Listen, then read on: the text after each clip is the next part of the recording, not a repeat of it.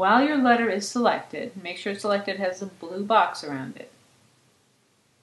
We're going to break it apart so it's no longer text.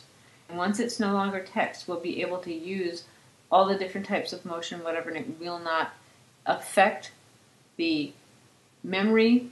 It won't make it move slow, and we won't have trouble with it being replaced when somebody views it on a machine that doesn't have the font that we're using, which happens if you use a font that somebody doesn't have. It'll just replace it with something that is there, which may look completely different and perhaps really bad. So we don't like to do that.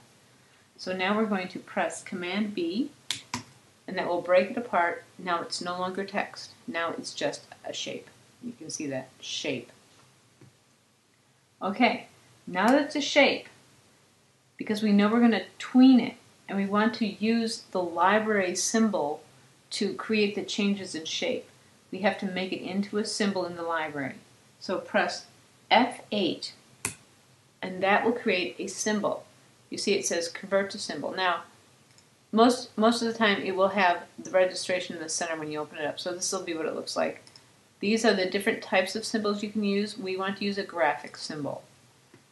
We want to change the name of this, and we can call it whatever we want to. I'm just going to call it Bouncy, because it describes what it's doing. And I'm going to move the registration mark to the middle. And the reason I'm doing this is because when we were bouncing it, when it hits the bottom and it bounces, we want it to maintain the bottom edge so it will bounce off the bottom edge of the ball and not bounce off the middle, and that really won't look right, so we want it to be at the bottom. Okay, and now it is a symbol in the library, and we can see that. See, it tells you it's a symbol. This is telling you it's a symbol, and this is an instance of the symbol. And if we go to the library, we can see here it is. It's listed. It's got the graphic symbol icon. And if we want to edit it in place, which is a really keen thing to do, you can double-click it, and it opens up the symbol. This is the library editing mode, and it is still in the place it is on the stage.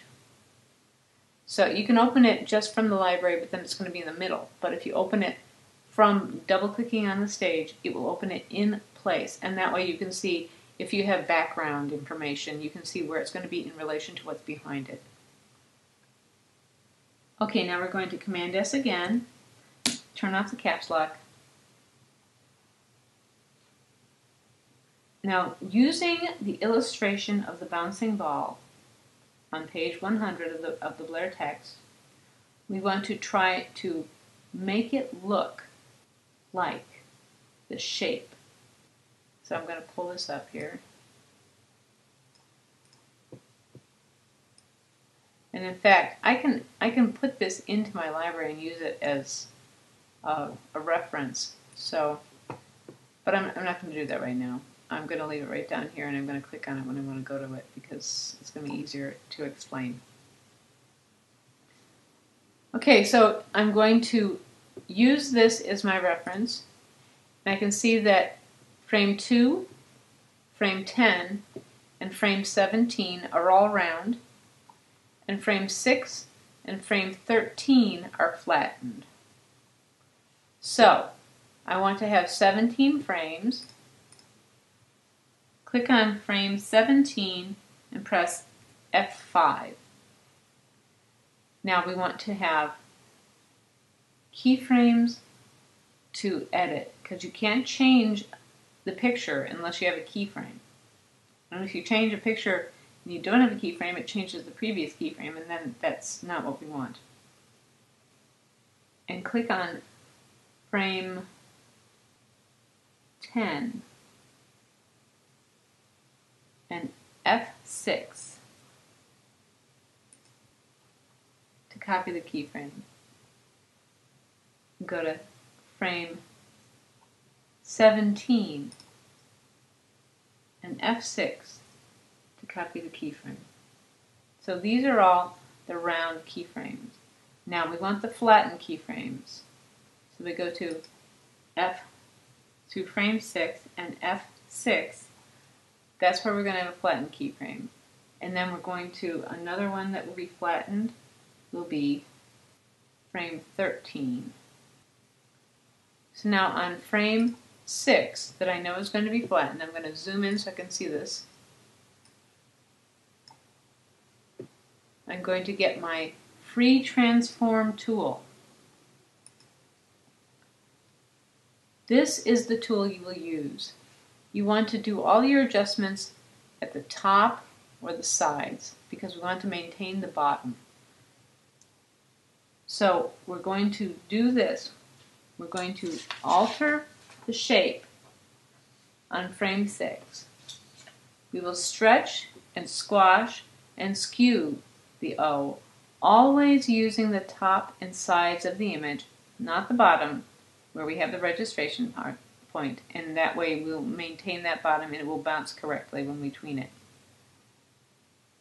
Preston Player's frame 6 is flattened. It's wide and short. So try to copy that pose. You want to pull it down, so squashing to squash it to pull it down, and then we want to make it a little wider, so we'll pull it out, and then you notice it takes that dot off of this X, so we want to come back over here, pull it up from this side too, so that it lines up again, and there's our flattened O. Now we can turn on, this is the onion skinning at the bottom. Remember I told you about that. That will allow us to see things before and after. So before and after. So that's that frame. Now we want to go to frame 13, and we want to do a similar thing to that one. Make it short, make it kind of fat. You're trying to maintain the appearance of having the same amount of mass or of surface area. So when you stretch and squash it, you have to squash, stretch, pull, push to make sure it looks like it's about the same massiveness and doesn't look like it suddenly shrank. We'll Command S, turn off this, and we can press Enter to see how that looks. So that's the beginning. Now we want to go back to frame 2.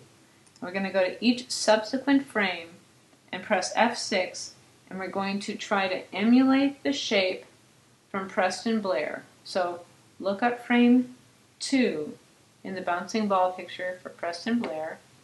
And so that one's still round, so we can say, okay, frame 2 is still round, F6. Frame 3. Frame 3 is beginning to be a little bit not round perhaps. So F6. And let's make it just a little bit pulled out. Maybe a little bit sort of skewed slightly like this. See, I'm trying to maintain that center. Then we'll go to the next one and F6, and that one is frame 4, and frame 4 looks definitely a little bit more stretched and squashed, and we're going to make it look like it's really moving a little bit now.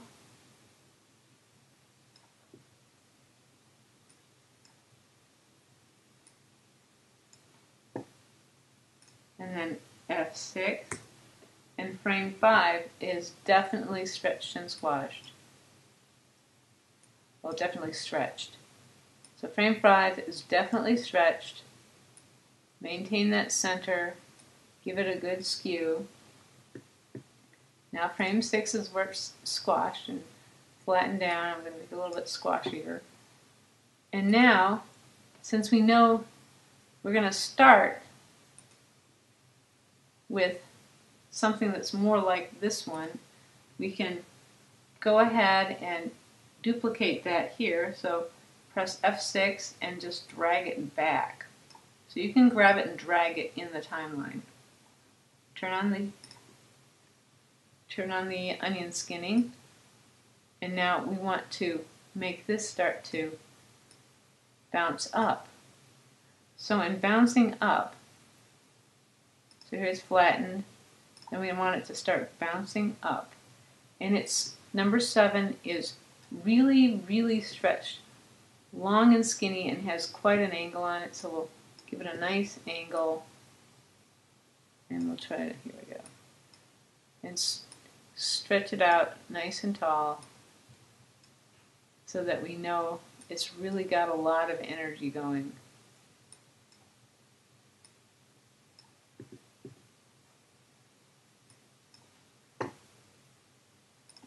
And F6. And then this one is 8. 8 is not quite as tall. It's starting to lose some of that energy. So we'll give it a little bit more of a rounder appearance.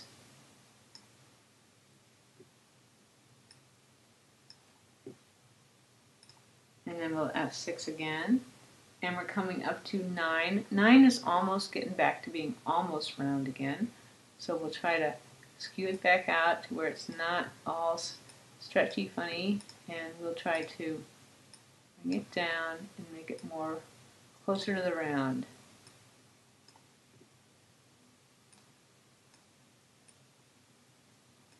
A little bit there. And now we come out to 10 is round, and then F6. 11. 11 has a little bit of a tilt the opposite direction. A little bit skinny. Not a lot. And then 12. 12 has gotten quite skinny, so F6, and we'll make it quite skinny.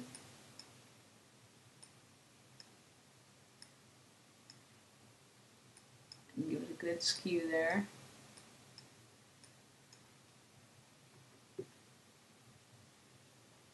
And then 13 is flat again.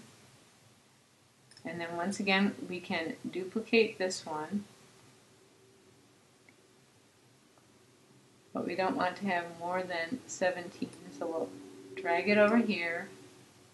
And then this is the way you get rid of extra frames. You hold down Shift and press F5. And now that frame's gone.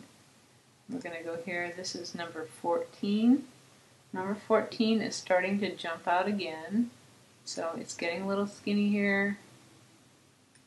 Got a bit of a skew.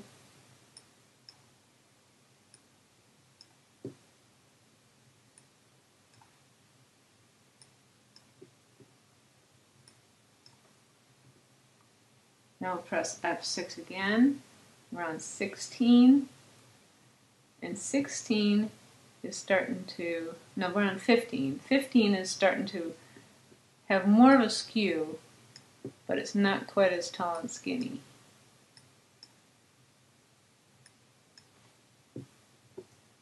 And then press F6 again, and 16 starting to get closer to being rounded again. So it's still got a little bit, but not as much.